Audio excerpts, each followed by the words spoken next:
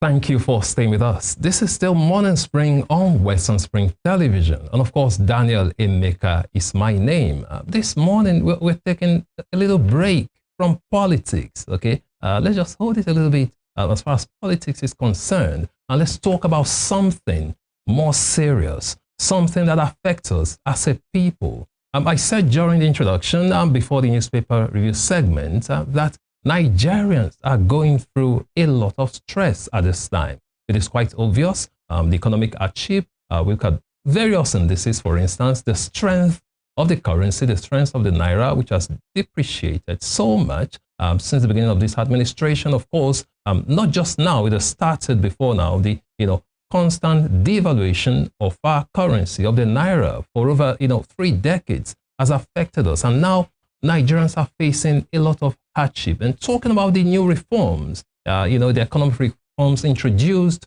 by Mr. President, talking about President Bola Ahmed Tinubu. And the president has said over and over again that Nigerians just have to, bear the brunt for a while, that we should be patient, that things will get better. Various sectors of the economy are actually going through stress, going through strain. Not long ago, I had an interview here with the president of the National Association of Resident Doctors. He talked about the stress, they are going through in the health sectors. Our doctors are being overworked. We talked about burnout. And apart from the health sector, just look at the education sector, for instance. The lecturers, just called off their warning strike. They are complaining. Different sectors of the economy being affected. And the question is, how does that affect you? Then recently, we talked about, our security agencies. Some people decided to go on a protest and we saw the reaction, how they were being fired. Tear gas was fired at them, at some peaceful protesters. And of course, we had a lawyer right here on the program who talked about it as well, saying that even the Nigeria police, they do not have the equipment to handle such protests. How prepared are they? That most of them, he asked that cogent question, I still remember clearly. He said, how many times have I seen the policeman in Nigeria with a shield? That protest shield, they hold rubber batons and of course hot water cannons. And truth is, most times we don't get to see that. So how prepared are they? So across various sectors and in the workplace generally, Nigerians are going through stress. So this morning, we'll be taking a broader look at that topic. Why people are going through stress, talking about workplace well-being and how it affects businesses. When it comes to matters of mental health, in this part of the world, we try to sweep it under the carpet. You don't get to hear about it a lot. Here in Nigeria, because of the stigma attached to it, people are scared of stigmatization. A lot of people actually need help. And this morning, we'll be looking at workplace well-being and how it affects, businesses. Join us on the conversation this morning. We have Santi Chacon. He's managing partner. He's a global business advisor, and will be joining us from the United States of America. Good morning, Santi, and thank you once again for joining us on the show. Yeah, thank you for having me. I appreciate the invitation. Thank you very much. Thank you so much. The pleasure is always mine. To start with, Santi, how exactly can we define workplace well-being? Well-being in the workplace. How would you define that and how it affects us as individuals? It's really about having a sense of contentment and satisfaction, I think. From the Gallup organization, they're a global consultancy dealing with human resource, so dealing with well-being or job satisfaction, like this sort of thing, and they've surveyed 160 companies, so they're very well positioned, and their goal is to actually have an index of happiness in the workplace. And so and they've said that it's very simple. It's really a sense of satisfaction and contentment in the workplace. And that's what we look for when we look at well-being in the workplace, all right. Specifically. All right. So, Santi, in practical terms, well-being in workplace talks about satisfaction. And that's a key word there. Am I right? Yes, that's correct. Satisfaction. Okay. If I could add, now there was in the 1950s here in the States, potentially parts of Europe. There's this. It's called the New Thought movement, and what came from that was this sort of spiritual kind of awareness. And a lot of times, I think most of all, we expect situations and emotions to follow situations. You first see what happens to you, and then you react or you respond emotionally to whatever's happening to you. So one way, if we're not in an ideal story or narrative of our lives in the workplace, is there's a cybernetic loop, meaning if we just tune in and find satisfaction potentially within ourselves, could be something we do, spiritual fulfillment, fulfillment from different parts of our lives, or just having a grateful heart. That if we focus on the emotion of well-being, then the rest will begin to kind of manifest, meaning you'll find a better position, you'll find a way out of your situation. But you have to nurture those things that provide that sense or that emotion, that emotional gravity of well-being.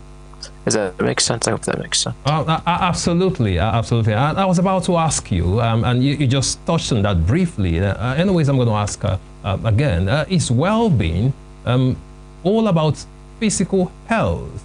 Or, should we also be considering mental and emotional health? That's the question I wanted to ask you. Although you touched down on emotional health, so how important should we be taking emotional and mental health, apart from the physical health aspects of well-being? Sure. I think emotional health is very appropriate, especially we take our emotions everywhere we go. Trauma, and not only our trauma presently, but we have ancestral trauma that we're somehow entangled with, and it affects us, especially when everybody has their rhythms of doing things. It's the biorhythms. People work at their own pace. They eat at their own pace. They think. They reflect at their own pace. And so when that is infringed upon, when somebody says, do it this way, which is what we find in usual workplaces, then it causes a need for healing, because it's not their rhythm, it's somebody else's rhythm. And whether good, bad, or indifferent, that sort of stress provides a measure of sort of emotional wounds, or some type of dissonance emotionally. And so we just need to be able to find an opportunity to heal, because we're bringing our emotions to everything, and our perceptions and our perspectives. I hope that makes sense. Absolutely. All right, Santi, you're a business advisor. You're a global business advisor. So I'd like to ask you, how exactly can we link well-being, employee well-being, to business outcomes? For instance, productivity, profitability, and innovation. How can we link all that business outcomes to employee well-being? Sure. It's about being engaged. Happier people are the most productive people.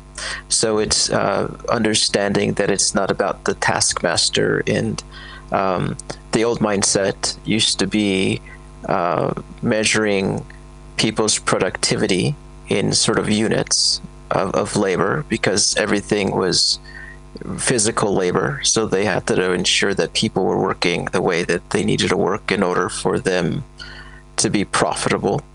But nowadays, we live in a different age where it's really about bringing people, because they bring their entire emotional self, bringing a sense of engagement at the work, bringing them a sense of emotional safety where they feel safe to do the work is part of that, and then contentment and a sense of engagement. And that could be a sense of engagement, could be not everything we do or people do at work is engaging, but they can be simply engaged by what they're envisioning. What's their purpose? What do you want? What's their desired outcome? Meaning it's best to be yoked to a vision. And so if you have a vision of where you're at, of where you want to be, from where you're at, then the work itself becomes more engaging. So if I have a dream to be a manager, I have a dream to own my company, etc., then the work can be more engaging, and it could bring a sense of fulfillment as we strive to be the best we can. All right, Santi. Again, I'd like to ask, how does poor employee morale affect brand image and customer satisfaction? Sure. Morale has to do with kind of understanding and having a sort of harmony in the team environment. So when morale is broken, meaning people feel violated or disrespected or stressed, then that's then they don't feel emotionally safe. You've violated that, and so they're going to give less than they are capable, and usually just above enough not to get fired, right? Taking longer breaks, when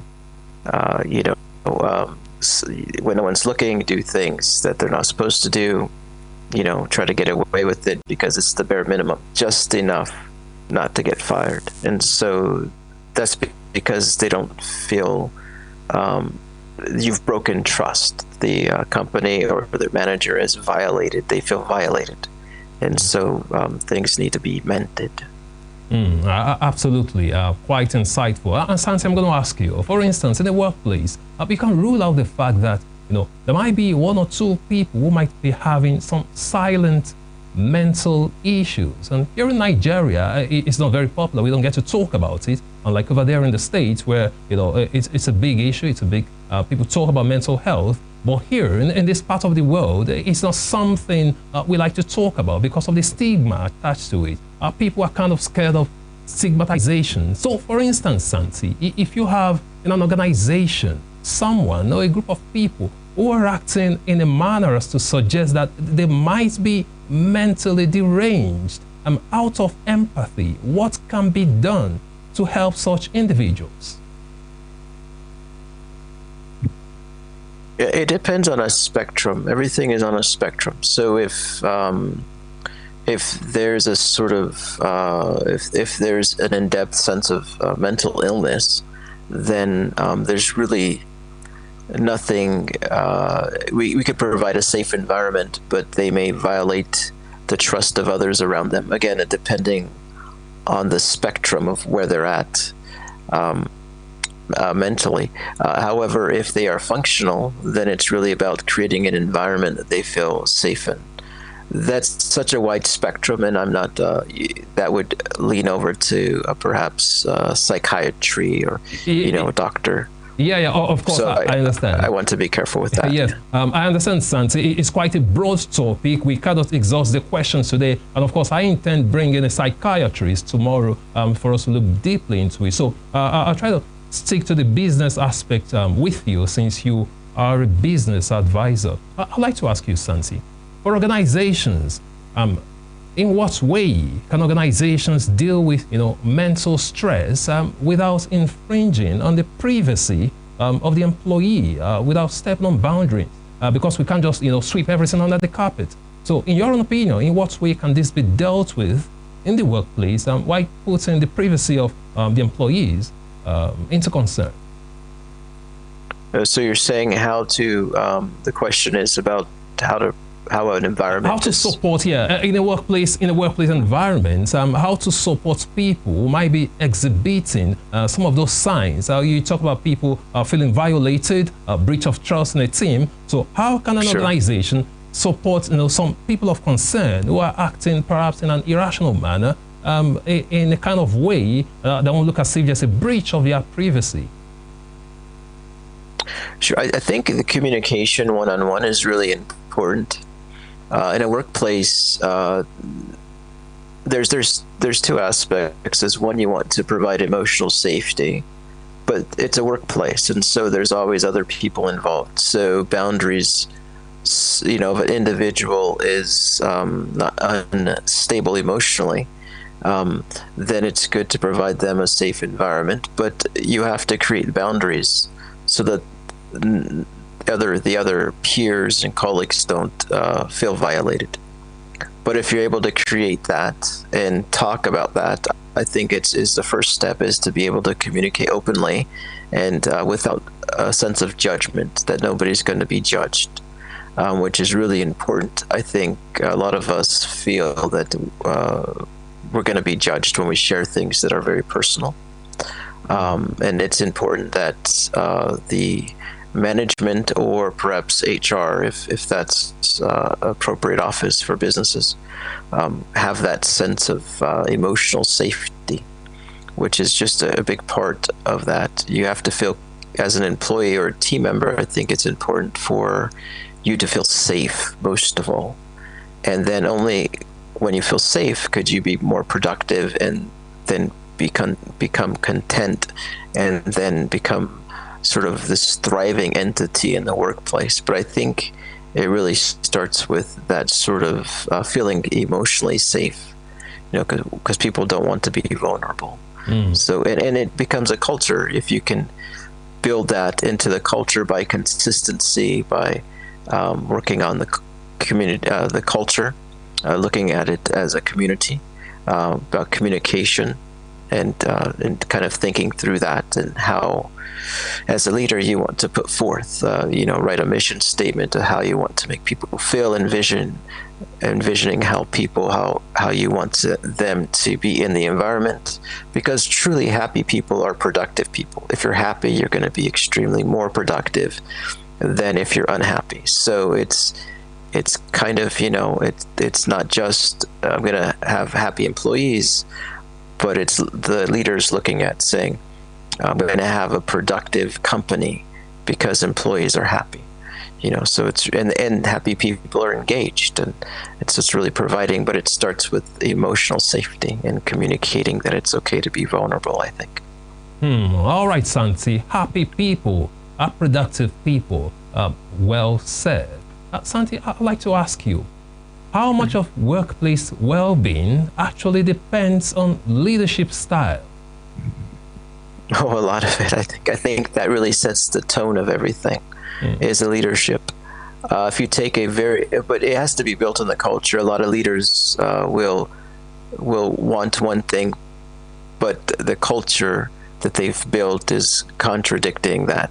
For example, say in a very competitive sales environment, if they try to make people happy, but they're rewarding you beating the other person, they're rewarding this sort of hyper competition versus perhaps a team effort, or this sort of thing.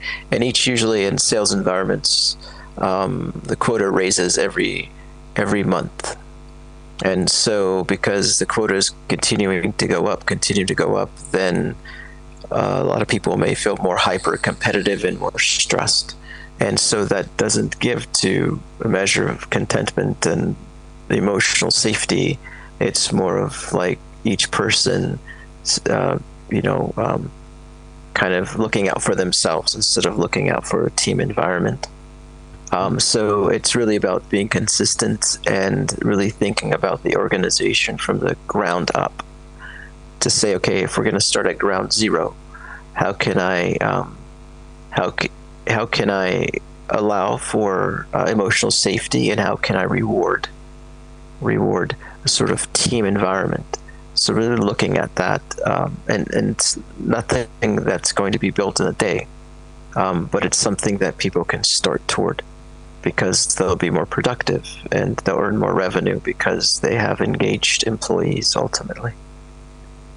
All right, Santi, you said quite a lot, if not all of it, depends on leadership style. I'm talking about workplace well-being. The question now is, Santi, can empathy, let's look at empathy for instance, can empathy be taught to leaders and managers in the workplace, or is it something innate? Okay, can it be learned? Can we teach that to leaders? Of course, yes.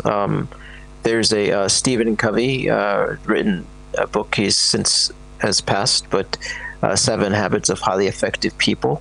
One of them is empathy and giving people an emotional kind of air when you listen. It's really about listening and not thinking about what I want to communicate, but listening to what the other person is communicating without any judgment.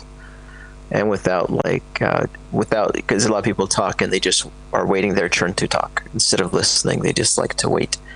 And so empathy definitely could be taught, but it does need to be intentional. It's nothing that happens by accident. It's something that needs to be intentional. All right, Santi, thank you for that. We're due for a quick break. We'll go on a quick break, and when we return, we'll continue with the conversation. It's all about well-being in the workplace and how it affects us as a people, because it translates, from the family to the workplace to the larger society. So the role of well-being cannot be overemphasized. Please stay with us.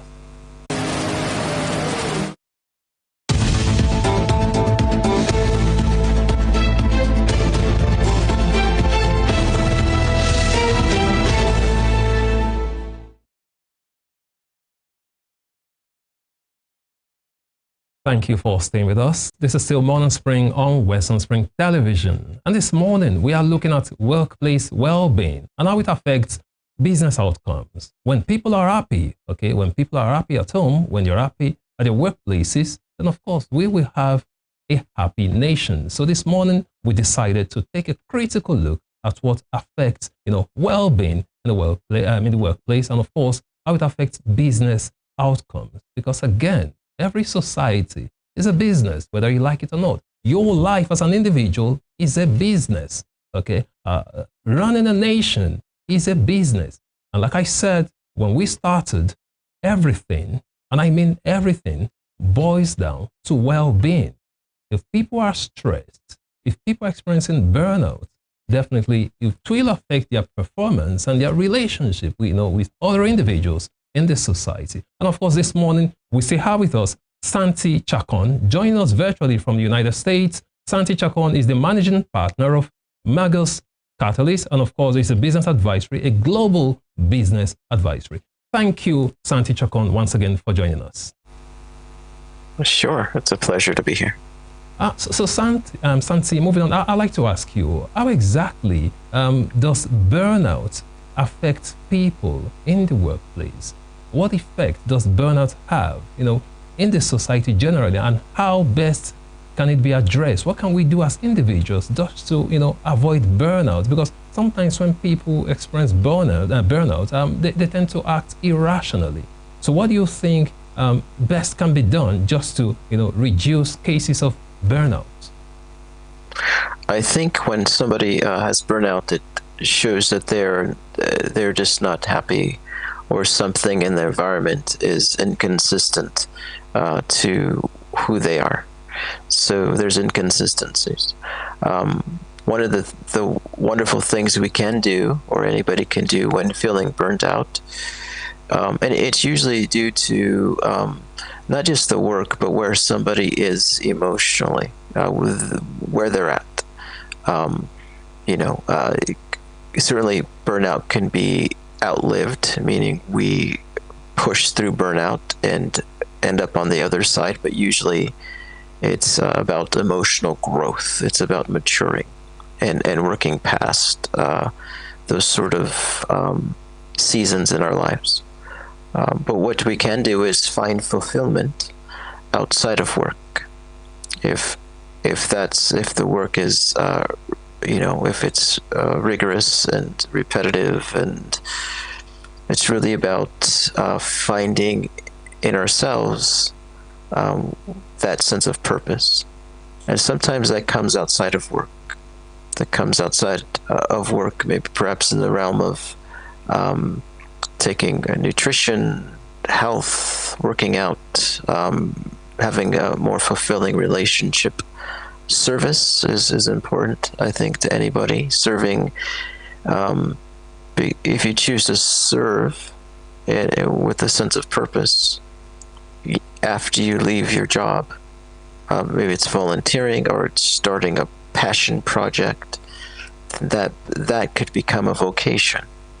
And it's really about finding you're responsible for you. Nobody else is going to show up and save you. You're responsible.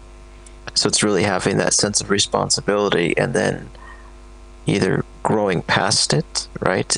Growing past that burnout, but also as catalysts, finding fulfillment in your life outside of work, spirituality, relationships, service, starting a sort of a venture, part-time, of course, just something that can trigger, be a catalyst for that sense of emotional well-being, I think is really important.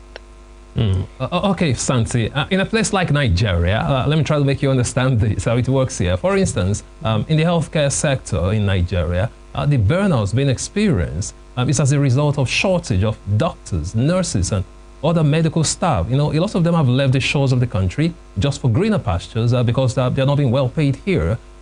In such a case, when the cause rather of the burnouts is sometimes totally out of the hands of the individuals, what can they do? For the medical sector in Nigeria, for instance, where they are short-staffed, they are overworked, and they are underpaid.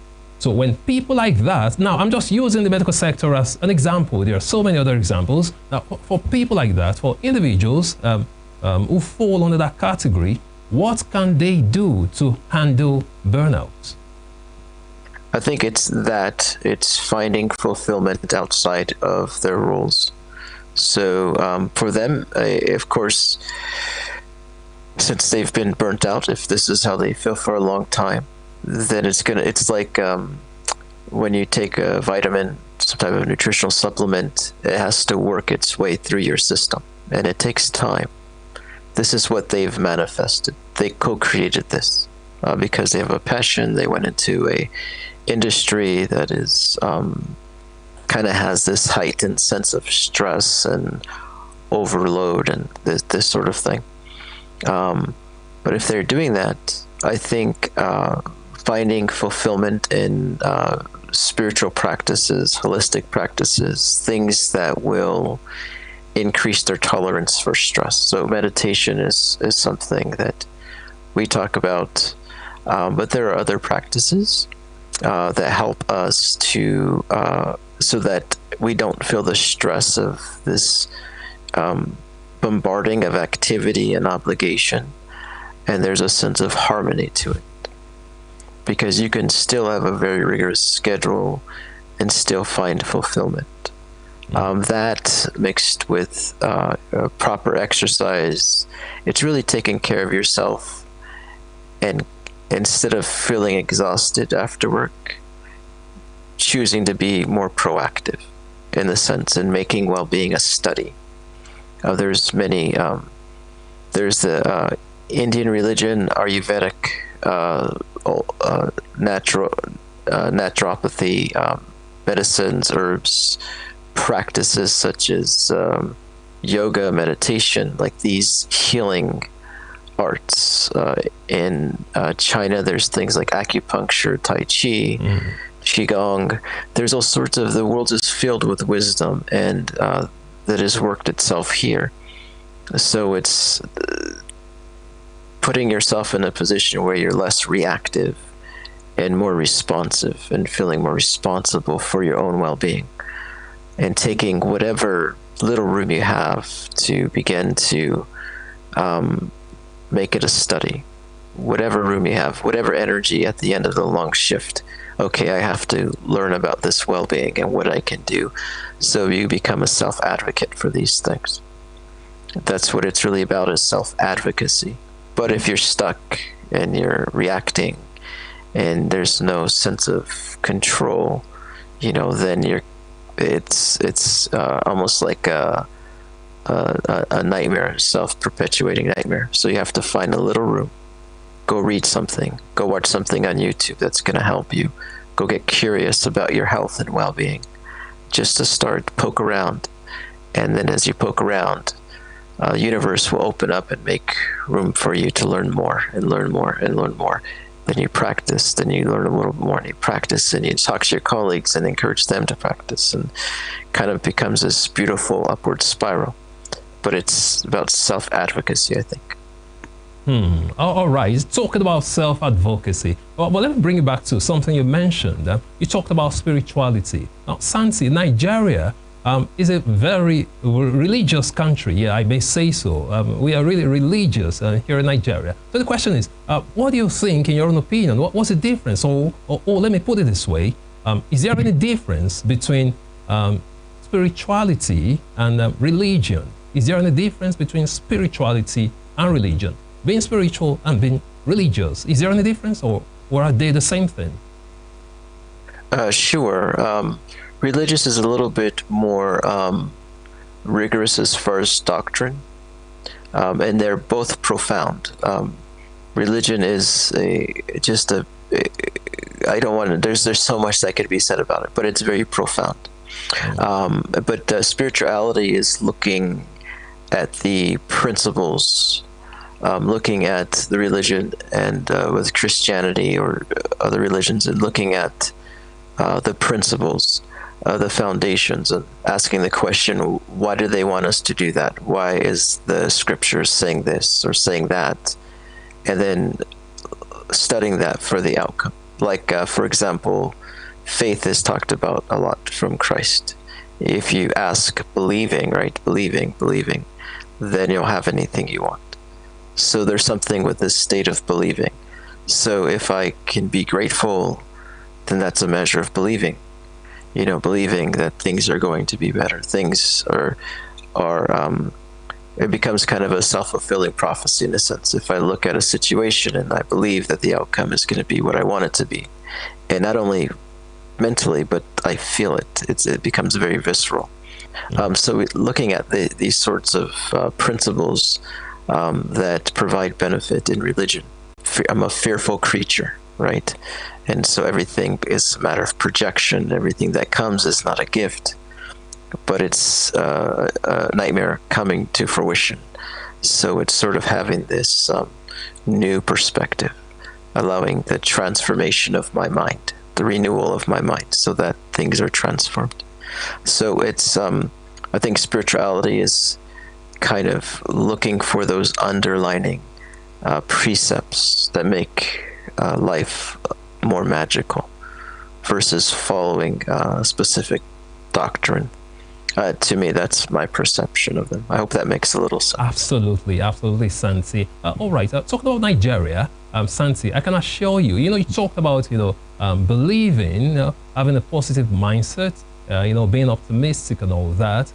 As far as Nigerians are concerned, Santi, Nigerians are happy people. We are happy people. It's been said over and over again that Nigerians are one of the happiest people in the world. And that's the truth, because if you look at what Nigerians are facing, you look at the state of the nation, you look at, the hardship, economic hardship people are facing, you look at insecurity and so many other factors, Nigerians still try to be happy.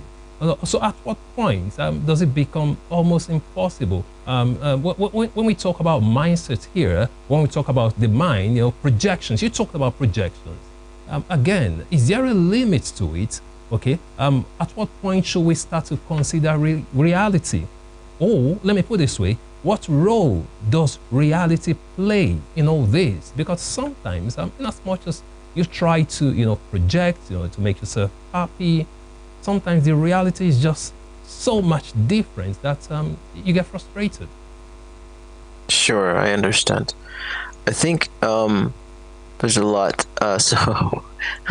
So I think it's the understanding, the understanding we have through development of, quantum mechanics and the study of consciousness is that we decide first and then we project.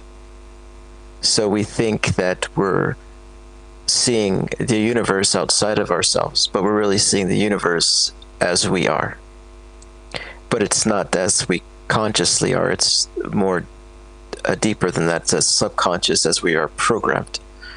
So it's really, I don't think there should be a limit, but it's really about seeing the world the way that we want to see it, and then persisting in that as truth.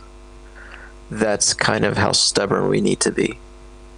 So that's how dreams are created. That's how it's not about reacting to an environment, but it's about seeing the environment the way that we want to see, and then acting as if.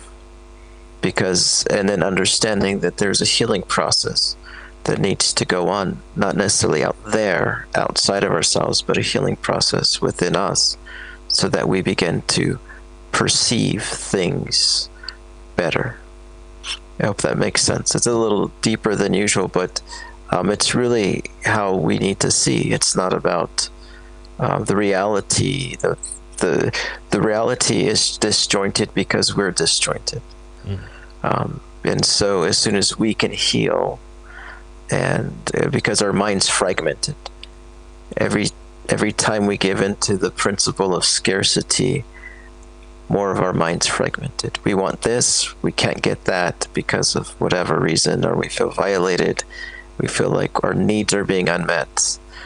And the more we feel that, the more we're fragmented. But as soon as we understand that the universe, that God is for us, then we have an opportunity for healing. Getting that fragmented mind and bringing it to unified whole, so that we can see the world as we want to see it versus reacting to it, because the answers are not physical, the answers are energetic or spiritual. So it's getting a little deeper, but that's a clear perception that is taught to us through religion, spirituality, through quantum mechanics, through this sort of curriculum. All right, Santi. Now let's take it back to leadership. Let's talk about leadership at all levels. Sometimes here in Nigeria, we've seen, some policies from our leaders that are not in tune with the people. Sometimes they just seem so out of tune with the realities of the people. My question to you is this: what qualities should leaders develop? And I talk about leaders at all levels. What qualities should they develop to create a culture of care and trust? I think servant leadership is important. I think there's a lot to be said. Servant leadership says emotional safety, keeps the goal, protects. So let's say in business, first it's seeing people not necessarily as they are, but it's joining them to who they're going to become. So somebody who comes in entry level, seeing them as an executive, seeing them as a partner in your company. And then through that perception, through seeing them, through joining them, co-creating with them a better future, and then serving that vision.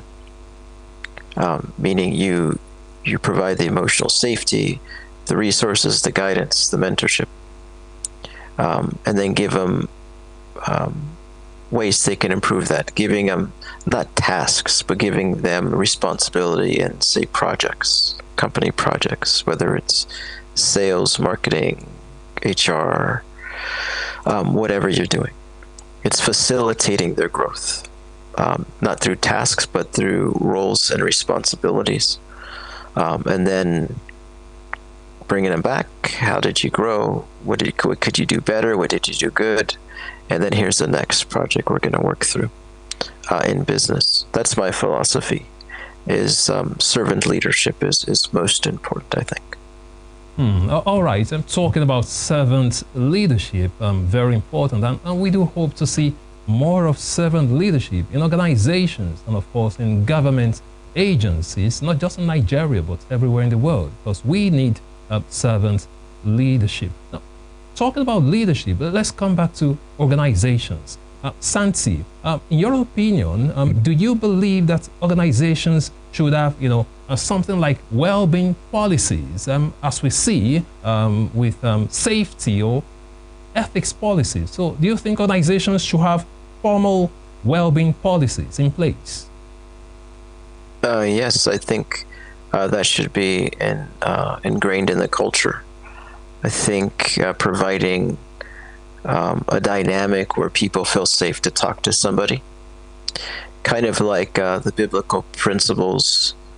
If you're offended by your brother, you can go to your brother, right? Talk to him. Hopefully, there's some humility there, and they respond to you in kind. I think that's the first step in creating that sort of environment. Not necessarily creating an environment where somebody feels like they can't talk to each other, where they have to go to a higher up immediately. So the first encourages more of a community. You have trouble with this person, or they've offended you, let's talk to them. If that doesn't work, then we'll talk to them together. But it should be always in a spirit of humility and kindness. For the most part, believing, because I'm standing with the team members, seeing them as I want them to become, seeing them co-creating the experience of their future. So if you see everybody like that, then they will match your expectations. But it's through facilitating an environment where they can grow as a team in emotional safety and this sort of dynamic. I think that's important.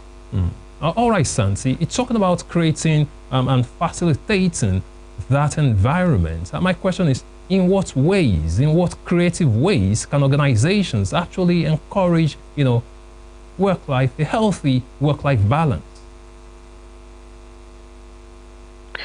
I think understanding that this sort of rigor without meaning, without purpose, really leads to burnout, and that the organization suffers because of that. And then people do less than it's part of the culture. People only do enough to not get fired. And so I think providing, and because they're your stakeholders, I think if leaders begin to see their employees as stakeholders, as people that they should take care of because they're taking care of the business, then that's servant leadership.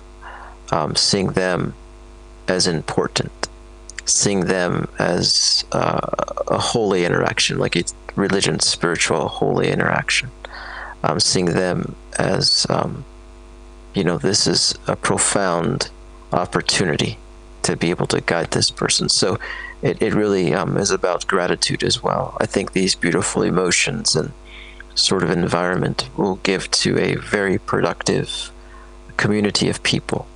But it really starts with that sort of premise. All right, Santi. Let's look at the bigger picture right now.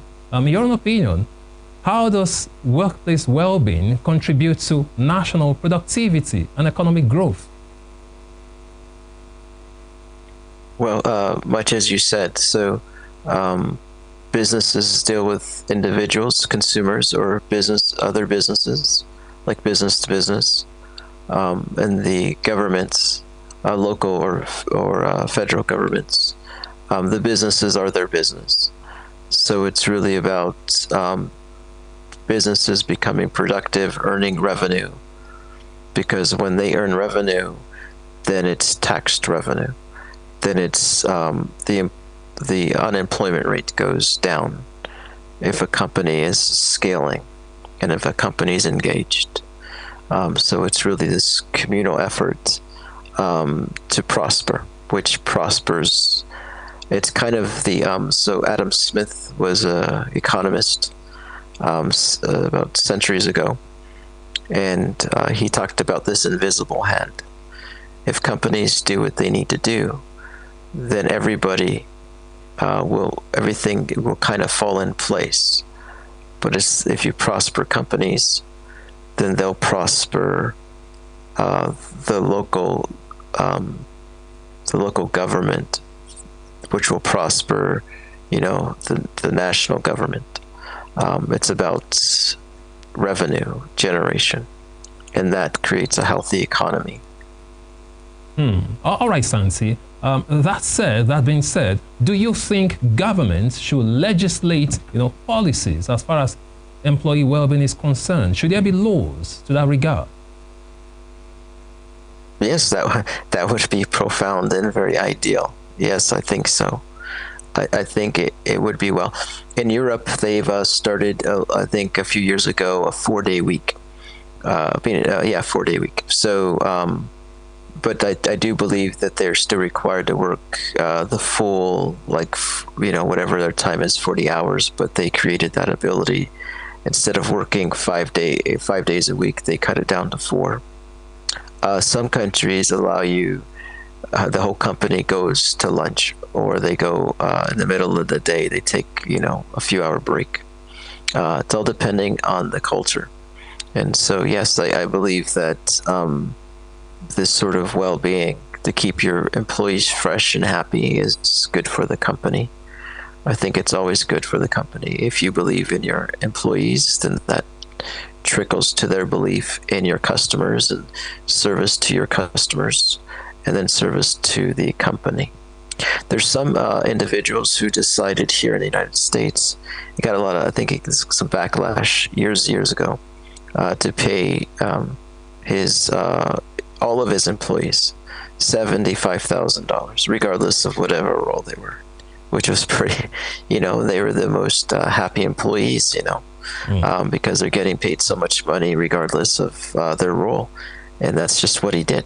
And they contributed greatly to his company and to his well-being. But it takes courage to do that. It takes a leader moving outside of his or her own insecurities to be able to try these things and to be able to see responses, because we're all given a narrative, and we kind of reinforce that narrative, our story, the way we do things, our ego. So it takes a lot of courage, especially if you're a more public-facing leader, or in charge of a community of people who are watching and judging you on a lot of your decisions. So it's really about getting a unique plan, strategy, studying, finding tons of case studies to reinforce whatever decisions you're making in that direction, and then slowly integrating these things.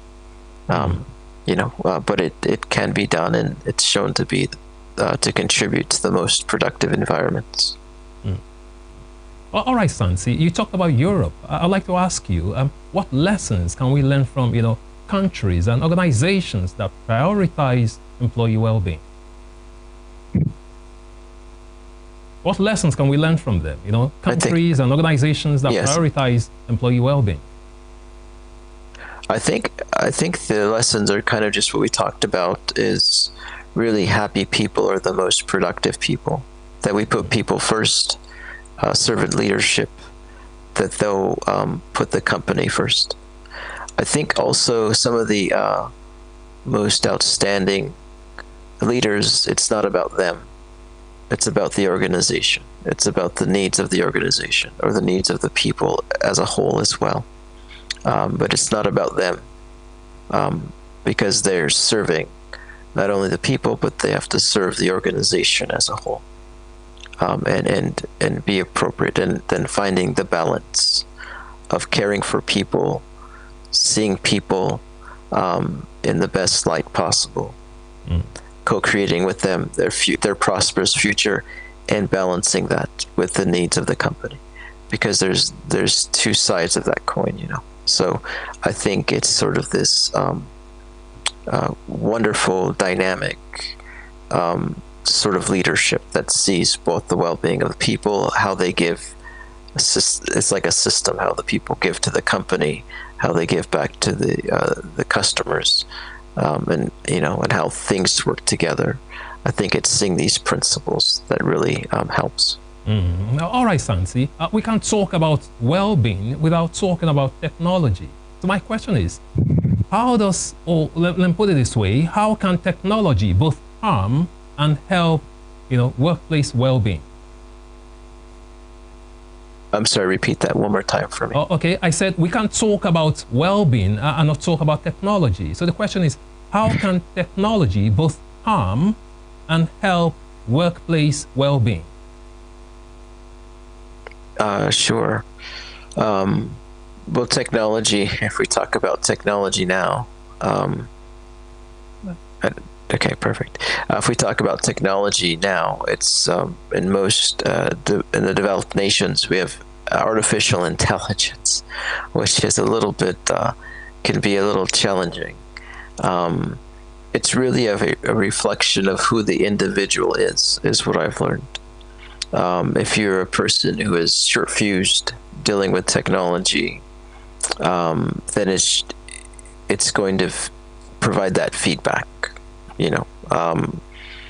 and if you're more of a cooperative soul, then dealing and with workflows and things like this with the technology, artificial intelligence, and developed nations, perhaps a different technology and emerging markets. It's really about where the individual is. It's always, everything is a feedback mechanism to who you are.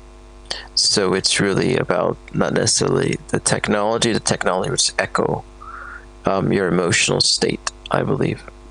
But it can help in the sense of productivity to make something more productive, but that doesn't necessarily mean that is a happy individual or a happy company or a happy team. That just means they're more productive doing something with technology that wouldn't reflect their well-being. Right.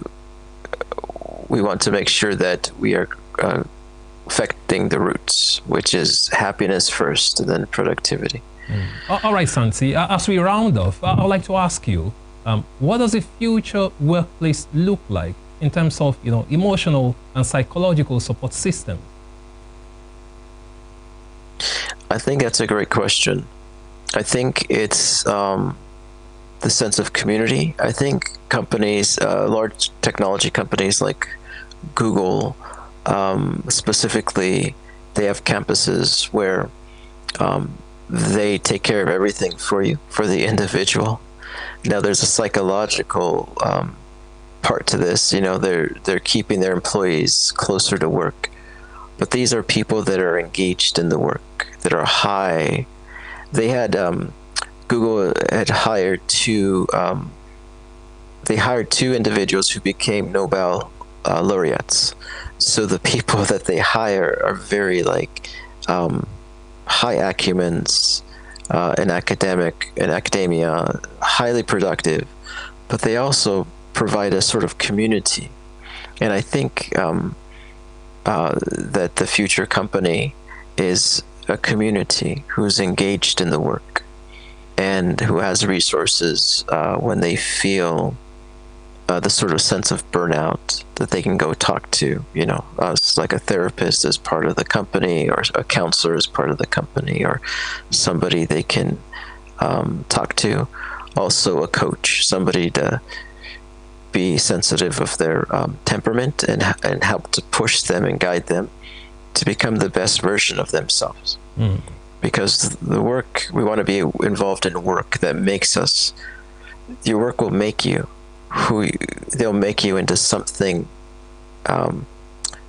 So you have to ask, what is work making me? What am I becoming in this job? So if you're looking at being around high performers and being engaged in the work, then you're kind of creating your future in that sense. All right, Santi, thank you so much. I really wish we can continue, so many questions to ask, but once again, thank you very much, Santi Chacon. Santi Chacon is a managing partner of Magus Catalyst Investment and Advisory. He joined us from the United States. Thank you once again, Santi, for joining us on Morning Spring today. Thank you.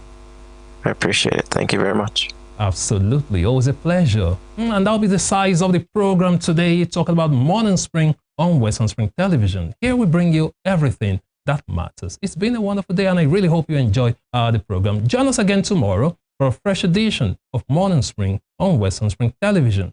Daniel Emeka is my name. Do have a fantastic day. Good morning.